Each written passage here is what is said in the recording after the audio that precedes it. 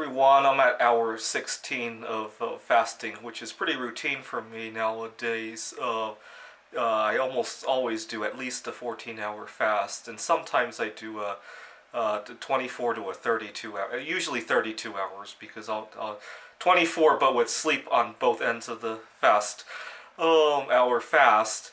And I thought I'd do a little bit of a history on how I came to discover fasting.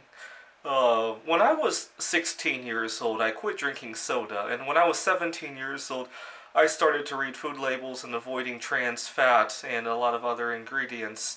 And when I first started my journey into healthier food choices, I made it a rule.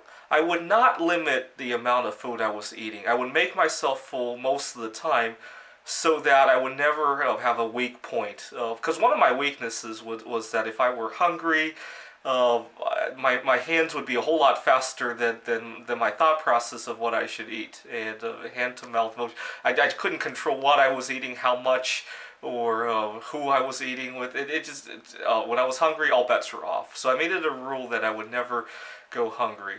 And I come from a relatively well-off family, and so that wasn't a problem.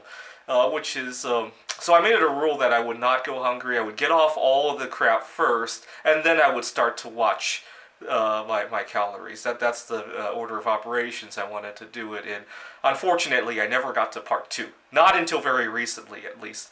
And so I got off the soda, I got off the trans fat, I got off the high fructose corn syrup, I got off the MSG, the food colorings, the additives, and quite frankly, I've become very sensitive to those ingredients. Sometimes if I've been very careful now, but in the beginning when I would accidentally consume any of those things, I would get hives, my skin would flare up, acne problems. I became extremely sensitive.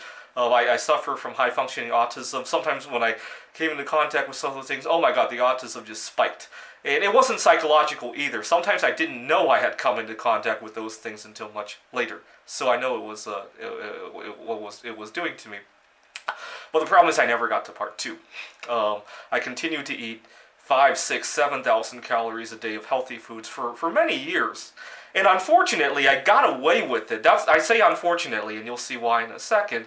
And the problem is that the food addiction, if you will, would manifest in weird ways. I would be in a situation where I couldn't eat, and I couldn't wait to get out of the situation, whether it be at a meeting, at work, spending time with my girlfriend, family time, even just watching my favorite movie. I actually don't like movie theaters for that very reason. I can't get the food in the movie theater. I can't bring my food in there. Sometimes I can't really enjoy the movie because I'm thinking about food. What else have I gotten involved in? Flying, if there's a limited amount of food I can bring, not to mention I might get on the plane and crave something else altogether, right? And what really woke me up was that 2 years ago I lost a job over this. I was in a meeting with my boss when I couldn't wait to get out of the meeting, and my discussion became more and more irrational with the boss. I don't know if that's why I lost my job, but that was one of the last things that happened before I lost the job. And then last winter I was teaching a course at a different school when I had a student who showed up at the not at my office hours, but I was getting ready to eat, and I couldn't get him out of the door fast enough, and I got a bad evaluation as a result. But I got all the other evaluations are good, and it made me wake up to the fact that I need to do something about this. So my New Year's resolution in 2020 was that I would normalize my relationship with food. And one thing I wanted to do was to teach myself that life can go on without having to munch all day. Because sometimes I look around, especially when I take out the garbage, I'm always surprised at how much food garbage, wrappers, packages, and I can't remember eating any of that.